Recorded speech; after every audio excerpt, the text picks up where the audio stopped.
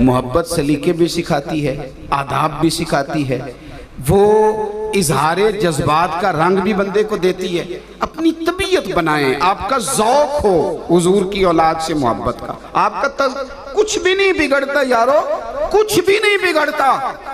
बादशाह ही रहे हजरत उमर बिन अब्दुल अजीज, कोई फर्क नहीं आया उनकी हुकूमत में, वो ताकतवर रहे, उनकी कुर्सी के चारों पाए मजबूत रहे, कुछ भी नहीं बिगड़ा। लेकिन जब भी कोई सैयद आया ना, उन्होंने खड़े होकर इस्तकबाल किया, उन्होंने अपनी कुर्सी पर जगह दी, इसलिए कि वो समझ गए थे कि तेरी नस्ल पाक में है बच्चा बच्चा नूर का, तू है ऐने नूर तेरा सब घर, कुछ भी नहीं होता। हजरत अबू बकर सिद्दीक रदी अल्लाह ताला अफदलुल बशर बादल अंबिया बित्तहकीक, यही हक है, यही सच है। अगर सारे ज़माने को पता है कि नबियों के बाद बड़ा दर्जा हजरत अबू बकर